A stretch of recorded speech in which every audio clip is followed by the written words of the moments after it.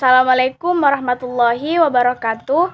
Pada video kali ini saya akan menjelaskan mengenai materi konseling REB atau konseling rasional emotif behavior. Nah, di sini yang pertama saya akan menjelaskan mengenai tokoh utama dan pengertian dari konseling ini. Konseling rasional emotif behavior therapy adalah suatu pendekatan yang dikembangkan oleh Albert Ellis sekitar pertengahan tahun 1950-an. Awalnya pendekatan ini menekankan terapi rasional, yaitu unsur kognitif dari perilaku manusia. Kemudian pendekatan itu diperluas dengan memasukkan unsur perilaku di samping unsur kognitif. Modifikasi selanjutnya, rasional emotif behavior therapy ini mencakup teknik-teknik konseling perilaku seperti relaksasi, metode khayal, latihan menyerang perasaan malu. Rasional emotif behavior therapy yang dikembangkan oleh Albert Ellis pada tahun 1955. Menurut Albert Ellis, manusia pada dasarnya adalah unik yang memiliki kecenderungan untuk berpikir rasional dan irasional. Ketika berpikir dan bertingkah laku rasional, manusia akan efektif, bahagia, dan kompeten. Dan ketika berpikir dan bertingkah laku irasional, individu itu akan menjadi tidak efektif. Reaksi emosional seseorang sebagian besar disebabkan oleh evaluasi, interpretasi, dan filosofi yang didasari maupun tidak disadari. Hambatan psikologis atau emosional tersebut merupakan akibat dari cara berpikir yang tidak logis dan irasional, yang mana emosi yang menyertai individu dalam berpikir penuh dengan prasangka, sangat personal dan irasional.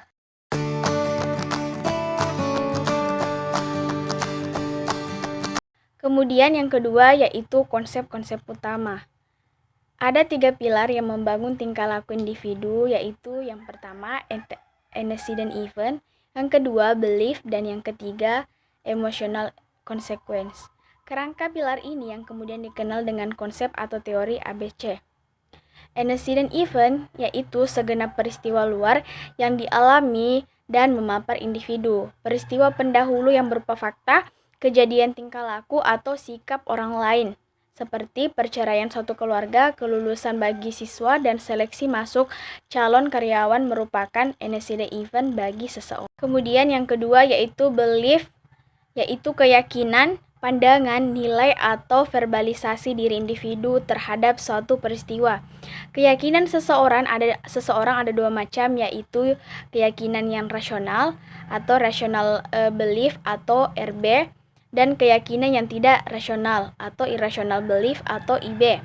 Keyakinan yang rasional merupakan cara berpikir atau sistem keyakinan yang tepat masuk akal, bijaksana, dan karena itu terjadi produktif.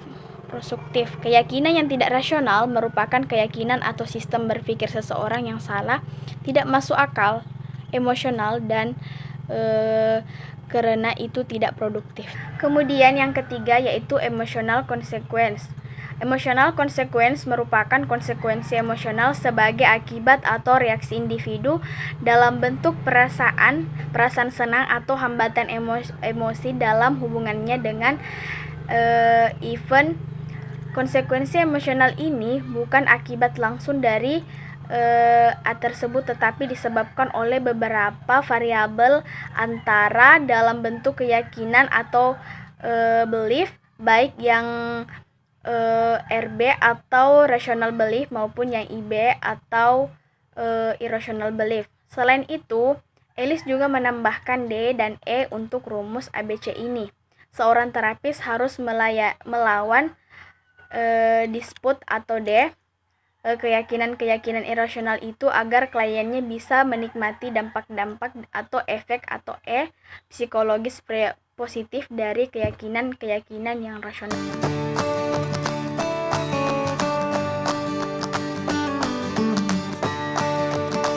Kemudian saya akan menjelaskan yang ketiga yaitu asumsi perilaku bermasalah. Perilaku yang salah adalah perilaku yang didasari pada cara berpikir yang irasional.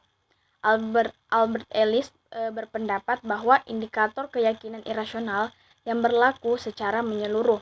Pada tahun 1982, Nelson Jones menambahkan karakteristik umum pada berpikir irasional yang dapat dijumpai secara umum, yaitu terlalu menuntut generalisasi secara berlebihan, penilaian diri, penekanan, kesalahan atribusi, anti pada kenyataan, dan repetisi.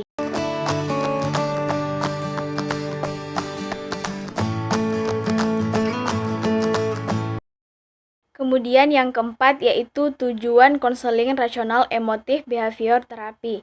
Tujuan umum konseling rasional emotif behavior terapi ini menurut Corey adalah mengajari konseli bagaimana cara memisahkan evaluasi perilaku mereka dari evaluasi diri, esensi, dan totalitasnya, dan bagaimana cara mereka menerima dari segala kekurangannya. Sedangkan tujuan dasarnya adalah mengajari konseli bagaimana merubah disfungsional emosi dan perilaku mereka menjadi perilaku yang sehat. Selain itu, menurut Ellis, tujuan utama dari rasional emotif behavior terapi ini adalah untuk membantu konseli dalam meminimalisir gangguan emosi, menurunkan self-defeating self-behaviors, dan membantu konseli lebih mengaktualisasikan diri sehingga mereka bisa menuju ke kehidupan yang lebih bahagia. Kesimpulannya bahwa konseling rasional emotif behavior terapi ini mampu mendorong konseli untuk lebih toleran terhadap diri sendiri dan orang lain,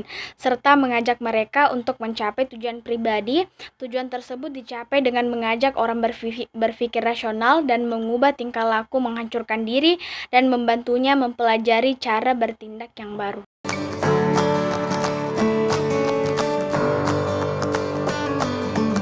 Kemudian yang kelima yaitu peran konselor.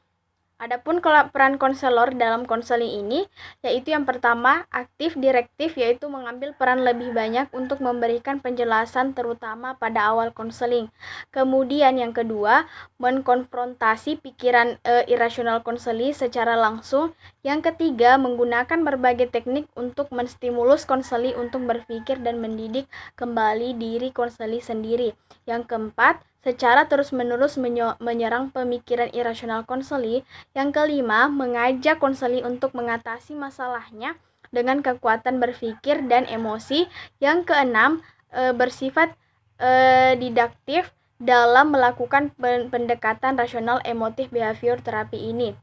Konselor diharapkan memiliki kemampuan berbahasa yang baik karena rasional emotif behavior terapi ini banyak didominasi oleh teknik-teknik yang menggunakan pengolahan verbal. Selain itu, secara umum konselor harus memiliki keterampilan untuk membangun hubungan konseli. Adapun keterampilan konseli yang harus dimiliki konselor yang akan menggunakan pendekatan rasional emotif behavior ini yaitu empati, menghargai, ketulusan, kekonkretan, konfrontasi, dan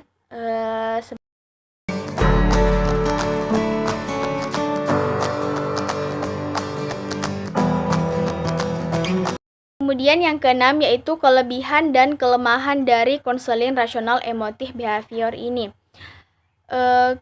Kelebihan dari konseling ini yaitu yang pertama, pendekatan ini jelas, mudah dipelajari, dan efektif.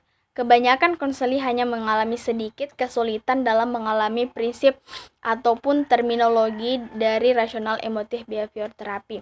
Kemudian yang kedua, pendekatan ini dengan mudahnya dikombinasi dengan teknik tingkah laku lainnya untuk membantu klien mengalami apa yang mereka pelajari lebih jauh lagi. Ketiga, selain itu pendekatan ini relatif singkat dengan konseli dapat melanjutkan penggangguan pendekatan ini secara swabantu.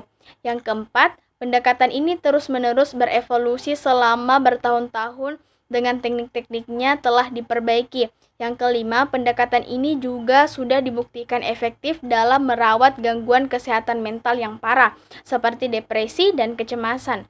Sedangkan untuk kelemahan dari pendekatan ini adalah tidak dapat digunakan secara efektif pada individu yang mempunyai gangguan atau keterbatasan mental dan mereka yang mempunyai kelainan pemikiran yang berat. Selain itu, pendekatan ini menekankan pada perubahan pikiran, bukanlah cara yang paling sederhana dalam membantu konseli mengubah emosinya.